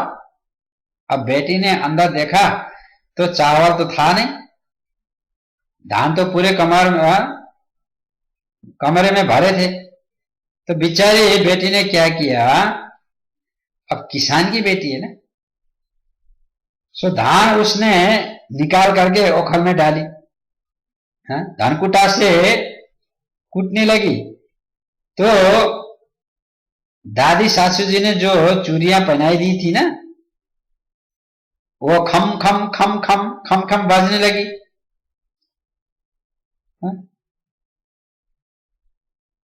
मैंने कहा था ना आपसे एक बार, पिताजी की इज्जत को, पिताजी की इज्जत का बेटी जितना ख्याल रखती है ना, उतना कभी कभी कभी कभी बेटा नहीं रख पाता। बेटी जितना पिताजी की इज्जत का ख्याल रखती है, कभी कभी बेटा उतना ख्याल नहीं रख पाता। संसार के जितने भी संबंध आज तक बने हैं, उसमें सबसे ऊंचा और सबसे निर्मल संबंध कोई है तो कौन है? बेटी है और पिता का संबंध है। बेटी बोली चूड़िया खमखम बज रही है, तो पिताजी का नाम नंबर 2 में आ जाएगी। वो कहेगी कि बड़ा गरीब है, घर में चावल नहीं है, धान कुटे जा रही है, पर ये चूड़ियां कैसे उतार दें, क्योंकि दादू सासी जी ने पहनाई है, सौभाग्य का चिन्ह है। उसने 6-6 चूड़ियां निकाल दिया, फिर 4-4 हाथ में पहन ली, 4-4 हाथ में रख लिया, और जैसे कुटने लगी धान तो फिर क्या हुआ, 4 भी बजने लगे। कन्या ने फिर 2-2 चूड़ियां निकाल दिया और निकाल करके धान कुटने लगी तो 2 चूड़ियां भी बजती रही। बोले पूरा निकालूं? पूरा तो नहीं निकाल सकती, पूरा तो नहीं उतार सकूंगी, गड़बड़ हो जाएगी। तो उन्होंने क्या किया, 1-1 चूड़ियां और निकाली, और जैसे धान कुटने लगी तो यह 2 चूड़ियां बजने बंद हो गया। मैं उधर से निकाल रहा था और वो लड़की का पूरा नाटक मैंने खिड़की से देखा, और उसको अपने गुरु के लिए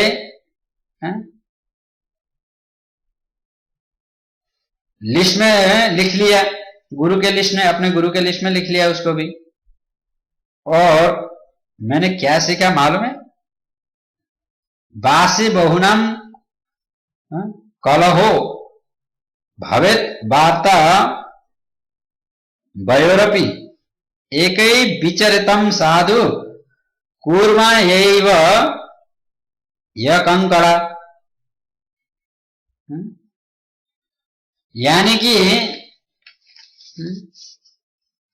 एक जगह झुंडू में कभी रहें तो विवाद हो सकता है, क्या मालूम, बासे बहुनम कलहो। मन जिसके बस में है उनको तो फर्क नहीं पड़ता, भीड़ में रहो या कहीं भी रह लो, पर मुझे विश्वास नहीं है मन पर, कहीं कॉल ना हो जाए। अगर दो चार एक जगह रहें तो संसार की दो चार बातें निकल सकती है। इसलिए एक ही एव चरित साधो, भ्रमत जोगी बहता पानी निर्मल होता है। पढ़ा रहता हूं अकेला, मिल गया तो अच्छा, नहीं मिला तो डबल अच्छा। यह सुनकर मन में बहुत आनंद मिला यादू को। एक बात और बता दिए,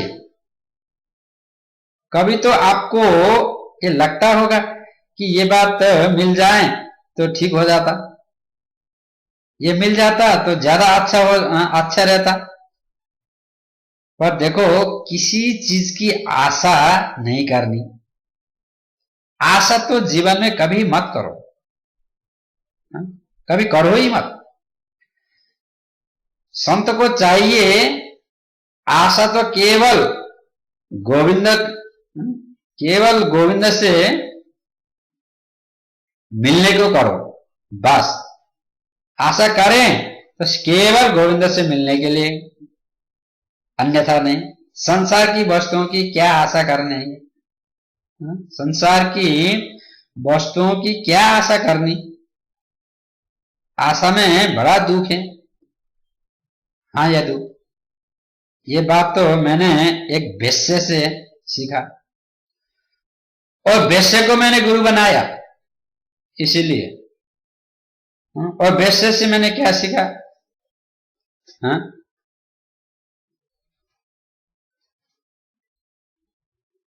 बताते हैं कि वेश्या को गुरु बनाया। हाँ, तो उन्होंने कहा कि क्या बात है गुरु जी, हाँ, वेश्या को गुरु बनाया? हाँ, जिससे शिक्षा मिली वो तो गुरु है। हाँ, बोले कौन, क्यों? हाँ, कौन है ऐसे वो वैश्य जिसको आपने गुरु बनाया? कहते हैं राजन,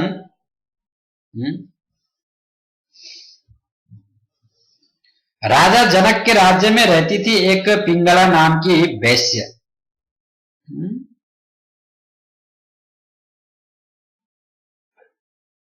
ये भागवत में आती है, बड़ा अच्छा कथा है। हाँ, ध्यान से सुनना। राजा जनक में रहती थी एक वैश्य जिनका नाम था पिंगला। पिंगला नाम वैश्यासी विदेह नगरे पुरा। यानी कि पिंगला बड़ी सुंदर भी थी, सुबेरे बड़ी सज धस के बैठ जाती थी, सोचती लोग मेरे सौंदर्य को देखेंगे और पास में आएंगे। सुबेरे 4 बजे से सज के बैठी, रात के 12 बजे हो गए, कोई भी नहीं आया।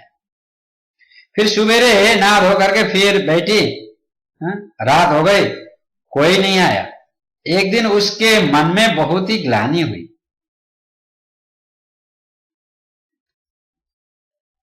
बहुत ही ग्लानि हुई उसके मन में, जब 2-4 दिन से कोई नहीं आया उसके पास और सुबह से शाम तक इस प्रकार से सच धस के बैठती है और कोई नहीं आया, तो बहुत ही उसके मन में ग्लानि हुई। राम राम राम राम राम राम राम राम। इन हाड़ मास के पुतले मनुष्य के लिए 20-20 घंटे में चिंता करती हूं, इनसे मिलने के लिए आस लगाती हूं। अरे जितनी आशा इनसे मिलने के लिए लगाती हूं, उतनी आशा यदि मैं गोविंद से मिलने के लिए लगाती, यदि मैं गोविंद से मिलने के लिए लगाई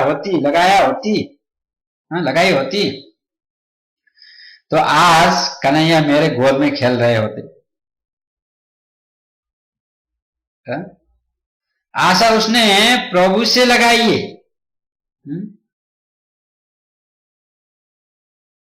आस उस प्रभु से लगाई है, अगर आस लगानी है तो। कृष्ण कृष्ण कृष्ण कहे रे मन में जन्म कोटि पाप जाए।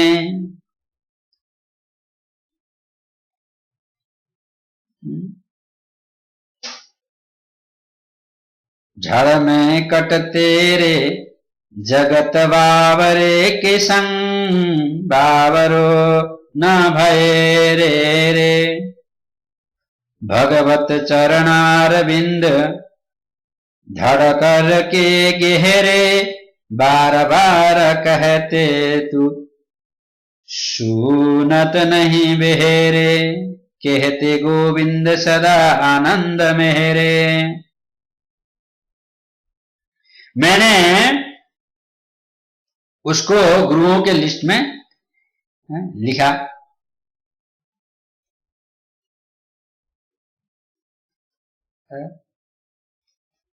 तो इस प्रकार से जब एक वैश्य को मैंने बना लिया गुरु, और यानी कि वैश्य को गुरु के लिस्ट में रखा, और क्या सीखा? क्या सीखा वैश्य से? भाषे बहु नाम कला हो, यानी कि आशा ही परम दुखम। श्लोक है ना, आशा ही परमम दुखम नैराश्यम परमम सुखम यथा संचित्य रुतासम सुखम सुस्वा पतिंगला।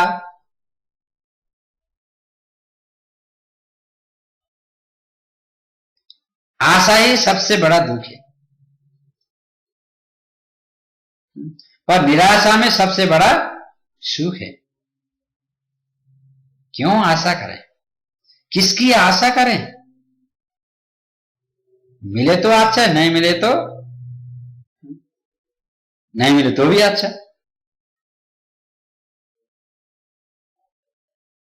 फिर मैंने बाण बनाने वाले से मन की एकाग्रता को सीखा।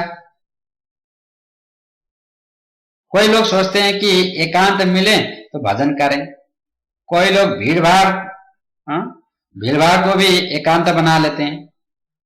एकांत मिले तो ही हम भजन करें, तो कभी नहीं होगा। एक आदमी ने पूछा, माला जपते तो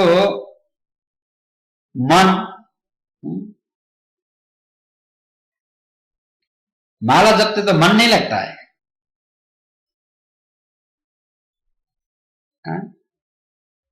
अब बिना मन लगे भगवान का भजन करें तो क्या फायदा? बताइए शास्त्री जी। जब भी हाथ में माला लेते हैं तो दुनिया भर की चीजें मन में खेलना शुरू हो जाता है और मन ही नहीं लगता है माला में। तो ऐसा फालतू मन में फालतू बातें लेकर के माला जपने से अच्छा तो माला ही जपू नहीं। तो कम से कम ये सब उल्टे सुल्टे बातें तो मन में नहीं आएगी, मन विचलित तो नहीं होगा। तो मुझे फायदा नहीं है, तो फिर ऐसा चीज क्यों करना है, क्यों समय नष्ट करना है? मैंने कहा सुनो, तुम ये सोचो कि मेरा मन लगे तो मैं भजन करूंगा, ऐसा जीवन में कभी नहीं होगा। भजन करोगे तो मन लगेगा, मन लग करके भजन करूंगा बोलोगे तो ऐसा कभी नहीं होता। भजन करते करते जब चित्त चेतना पवित्र हो जाता है, चेतो दर्पणम मार्जनम भवादवा निर्वापणम। चैतन्य महाप्रभु कहते हैं ना शिष्टाष्टक में, चेतो दर्पण मार्जनम भवा महा दवाग्नि निर्वापणम श्रेय कैरव चंद्रिक वितरणम विद्यावादु जीवनम आनंदम बुद्धिवर्धनम प्रतिपदम पूर्णमेत स्वाधनम सर्वात्मस्नपनम परम विजयते श्री कृष्ण संकीर्तनम। भजन करने से ही मन पवित्र हो सकती है। बोलिए जय श्री कृष्ण। इसीलिए बिना मन लगे भी भजन करो। जपा सिद्धिर जपा सिद्धिर जपा सिद्धिर न संशय। और जब करते करते करते भजन करते करते करते एक दिन ऐसी स्थिति में पहुंचेंगे, ऐसी गति होगी तुम्हारी, सामने होकर के यदि बैंड बाजा निकल जाए तुमको पता ही नहीं चलेगा। मन यदि एकाग्र है तो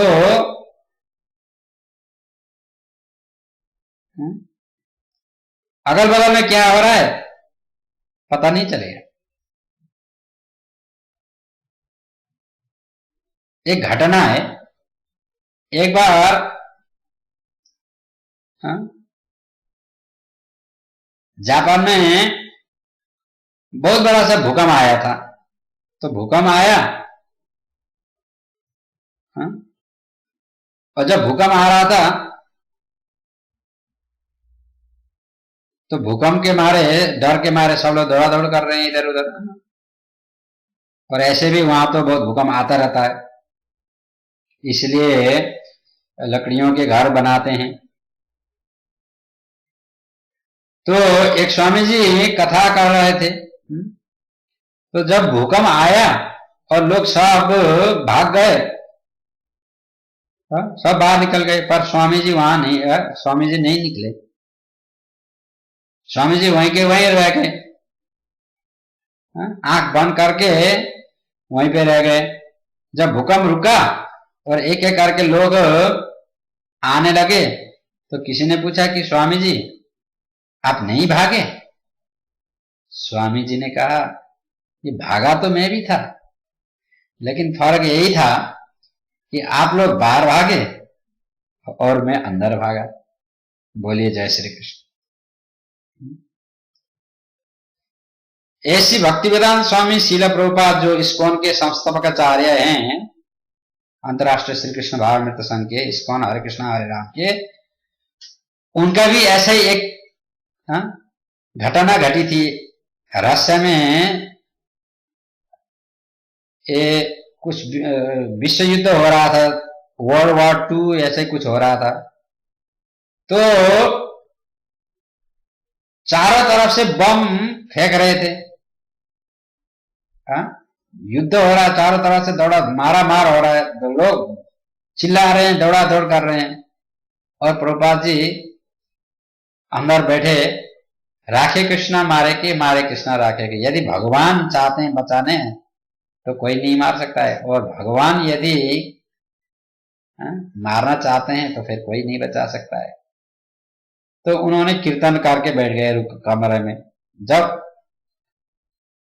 ये सब लड़ाई बंद हो गया, सब कुछ देखा बाहर आके तो कुछ भी नहीं रहा था, वही एक ही बिल्डिंग पड़ा हुआ था।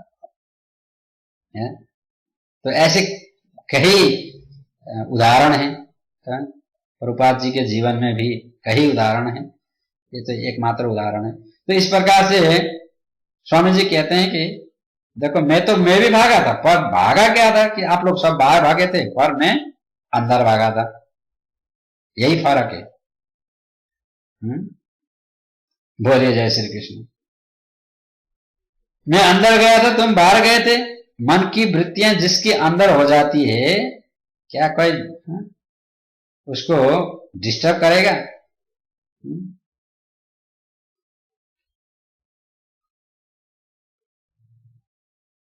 मन की वृत्तियां जिसके अंतर हो जाती है, क्या कोई डिस्टर्ब करेगा क्या उसको?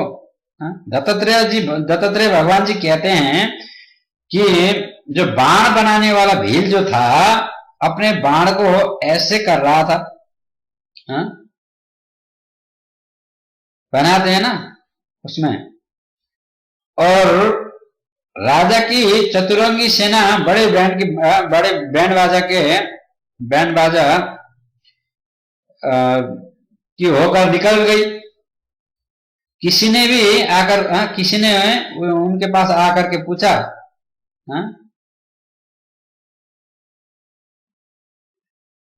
गजे बाजा से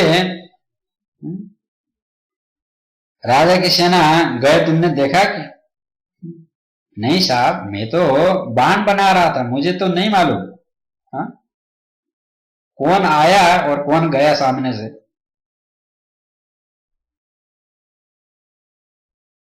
मन यदि कानों के साथ में नहीं है तो मंडप पे बैठकर भी आप कथा नहीं सुन सकते हैं। पक्की बात है। मन यदि आंखों के साथ नहीं है तो आपकी आंखें खुली है, आदमी सामने से निकल गए, आपको पता ही नहीं चले।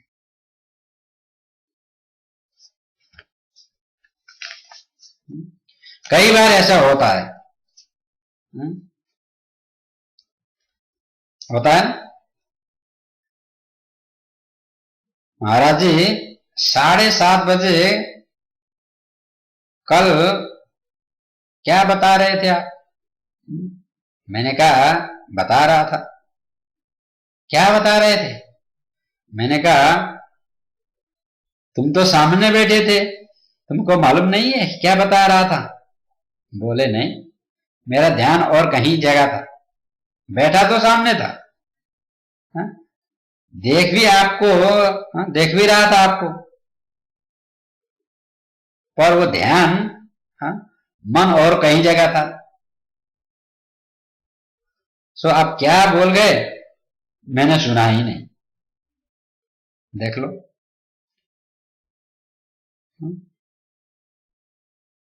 जिसको बोलते हैं ना चित्त लाई सुनो, यानी कि चित्त लगा करके सुनो, मन लगा करके सुनो। यदि मन कान के साथ नहीं है तो सुनने पर भी नहीं सुनोगे। और मन जिसका एकाग्र हो गया, वृत्तियां जिसकी अंतर्मुखियां हो गई, तुम बैंड बाजा नगड़ा कुछ भी बजाओ, कोई असर नहीं पड़ता। इसलिए महात्मा की मन की वृत्ति अंतर्मुखी होनी चाहिए। मैंने उस बाण बनाने वाले से सीखा। मैंने एक भृंगी कीट को भी गुरु बनाया। देखो संतों की क्या खोज होती है।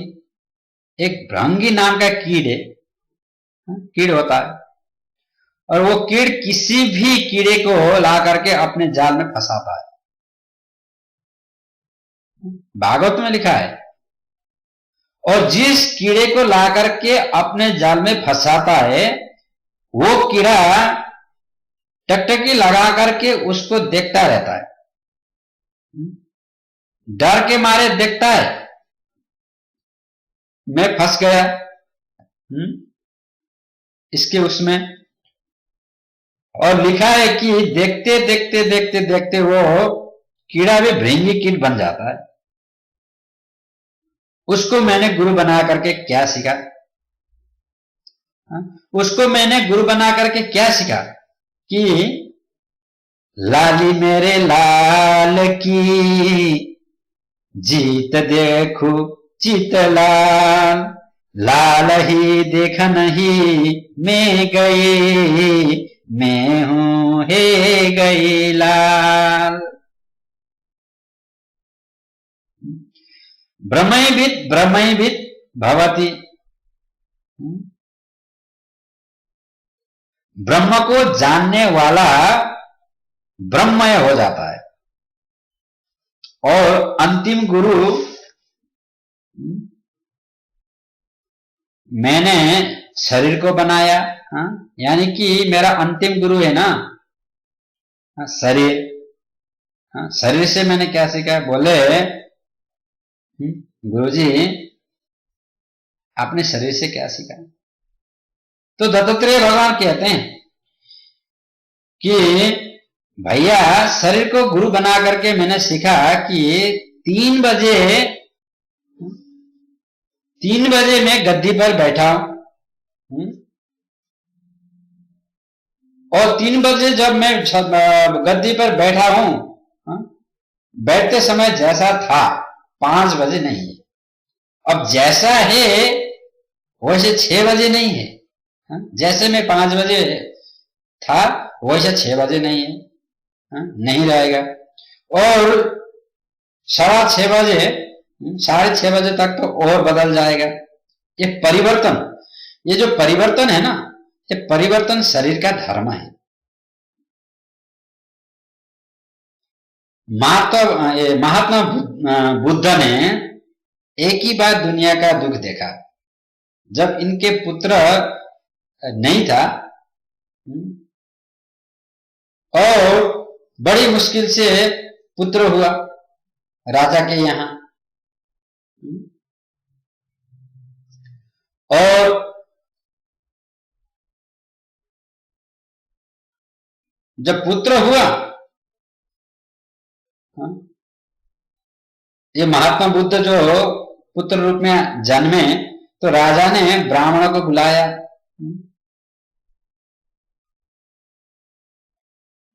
त्रिकाइज को बोले जरा बताओ मेरा बालक का कुंडली कैसा है, बालक कैसा होगा भविष्य में। उन्होंने कहा कि इस बालक ने एक भी दिन यदि दुनिया का दुख देख लिया तो घर छोड़ के वन को चले जाएगा। और सुदोधन राजा का बेटा बनकर के जब भगवान बुद्ध ने जन्म लिया, तो उनको दुख से बचाने के लिए, उनको दुख नहीं देखना चाहिए, ऐसी बात सुनकर के राजा ने हर चीज का बंदोबस्त किया और उस बच्चे को छोड़कर कभी कहीं नहीं गए। वो ये नहीं चाहते थे कि कहीं गलती से बुद्ध किसी को दुखी अवस्था में देखें, किसी को दुखी अवस्था में देखें, कहीं भी नहीं गए और कहीं दुख ना देख लें। बड़े प्रपोटा में महल बनाया, बगीचा, कुएं, बावरी, विद्यालय सब उसी के अंदर ही, सब उसी में सबकी सब सुविधाएं बना दी। कोई दुखी आदमी उसके सामने आ जाए ना आ जाए, इतनी मुश्किल से पाला है। और बच्चे की जल्दी जल्दी शादी भी कर दिया माया से, उनकी धर्मपत्नी का नाम माया था। और शादी कर दिया तो महात्मा बुद्ध के घर में एक बेटा ने जन्म लिया। राजा बोले अब तो चिंता नहीं है, मेरे बेटे का बेटा भी हो गया, इसका मतलब उसका पत्नी के प्रति प्रेम है और वो इसको क्यों जाने देगी कहीं। तो अपने महामंत्री से बोला कि 22 वर्ष से मैं अपने किसी के घर में मिलने नहीं गया है, अब रिश्तेदारी में होकर के आता हूं, तुम बच्चे को देखना। अब चिंता की बात तो नहीं, वैसे घूम फिर भी सकता है। तो पिताजी के जाते ही महात्मा बुद्ध ने क्या किया, महामंत्री से पूछा कि क्यों जी, ये जो प्रकोटा से बाहर कुछ नहीं है। महामंत्री जी बोले हे महाराज, बहुत सुंदर दुनिया है। अच्छा, आप मुझे दुनिया दिखाएंगे? महामंत्री बोले विराजिए राजकुमार, रथ में बैठिए। महामंत्री के साथ में प्रकोटे से बाहर निकल करके महात्मा बुद्ध जब गए, सबसे पहले झोपड़पट्टी मिल गई, और झोपड़पट्टी में एक बच्चा पलना में सो रहा है, पैर पटक करके रो रहा है। मंत्री जी से पूछा कि ये क्या है? बोले छोटा सा बालक है, ये रो क्यों रहा है? क्योंकि इसका खटमल खा रहा है, इसको खटमल खा रही है। ये रो सकता है, बोल नहीं सकता है।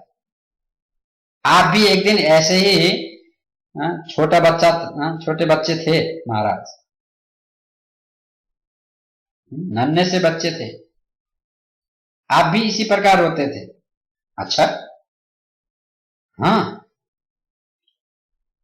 थोड़ा और आगे चले गए, आगे जाकर के देखा एक नन्हा सा बच्चा, 5 किलो का बच्चा 20 किलो का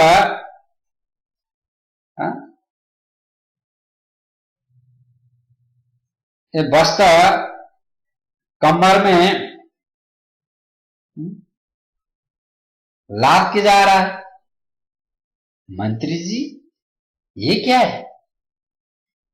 बोले वो नन्हा सा वाला एक दिन इतना बड़ा होता है, अब ये पेट भरने की विद्या सीखने जा रहा है। माता पिता बालकन बुलानवे, उदर भरे साई धर्म सिखावे। आप भी एक दिन ऐसे थे राजन, थोड़ा और आगे गए, देखा कि कोई व्यक्ति किसी महिला के पीछे छाता तान के चल रहा है, बच्चा गोद में। मंत्री जी ये क्या है? बोले 4 धाम की यात्रा को जा रहे हैं, माने ससुराल जा रहे हैं। बोलिए जय श्री कृष्ण। और वही बच्चा एक दिन इतना बड़ा हो जाता है, अब इसके लिए सबसे बड़ा तीर्थ धाम क्षेत्र ससुराल है। धर्म पत्नी को संगम साथ में लेकर के जा रहा है। आपकी तो वही सब कुछ है, इसलिए आप नहीं जाते। अच्छा, वही बच्चा एक दिन इतना, बालक ही ऐसा होता है। थोड़ा और आगे गए तो देखा कि मकान के सामने एक बूढ़ा आदमी बैठा, खुल खुल खुल खुल खुल। मंत्री जी से पूछा कि ये क्या है मंत्री जी? बोले वही बच्चा एक दिन ऐसा हो जाता है, इसको खांसी हो गया है, दमा हो गया है, बुखार आ गया है, शरीर में दम नहीं है इनके। अरे मैं भी ऐसा बनूंगा? निश्चित बने, निश्चित बनना है राजन, सबको बनना पड़ता है, बनना पड़ेगा। थोड़ा और आगे चले गए, देखा तो राम नाम सत्य है, राम नाम सत्य है, राम नाम सत्य है, नारा लग रही है। कहते हैं लोग चल रहे हैं नारा लगा करके। बुद्ध जी ने पूछा कि ये क्या है, ये क्या हो रहा है? बोले वही व्यक्ति, वही बच्चा एक दिन इतना बड़ा हो गया, इसकी मृत्यु हो गई, इसको लोग लेकर के जा रहे हैं शव यात्रा में। मंत्री जी ये मरना क्या होता है? बोले सर्वेक्षयंता निचया पतनंत समुश्रयातम संयोगश्च वियोगंता जीवितम मरणम बदि। ये संसार का नियम है राजकुमार। जायते अस्ति वर्तते विपन्नमते अपक्षीयते विनश्यति ये मर गया। मंत्री जी, मैं भी मरूंगा? राजन, सबको मरना है, मरना तो पड़ती है। महात्मा बुद्ध कहते हैं, नहीं, मैं मरूंगा नहीं। मैं ऐसे सत्य की खोज करूंगा जिसमें मरना नहीं होता। देखो, एक दिन दुनिया का दुख देखा, लौट करके महल में गया ही नहीं। उसी दिन घर छोड़ करके गोली वृक्ष के चले गए। आखिर मैं क्या हूं? यदि मैं शरीर हूं तो मरना क्यों है? जन्म से पहले मैं था कहां? मरने पर जाता कहां हूं? रात में सो जाते हैं तो हम किधर चले जाते हैं? ये दुनिया का चक्कर जग जाने के बाद और सोने से पहले ही क्यों है? मैं कौन हूं? महाराज समाधि में बैठ गए और आत्मा दर्शन हो गया। मैं नित्य मुक्त, सिद्ध मुक्त, चिन्मय, शाश्वत आत्मा हूं, मैं शरीर नहीं हूं। ये शरीर हमको शिक्षा देता है। इसी प्रकार से शरीर मध्यम करो, शरीर के माध्यम धर्म साधना करो, शरीर के माध्यम से शरीर को सुरक्षा रखना, इसको नाश्ता देना, इसको भोजन देना, इसको जूस भी देना, इसको स्वस्थ बना के रखना हमारा धर्म है। लेकिन शरीर ही मैं हूं ऐसा सोचकर, ऐसा पर केंद्रित हो जाना बंधन का कारण है।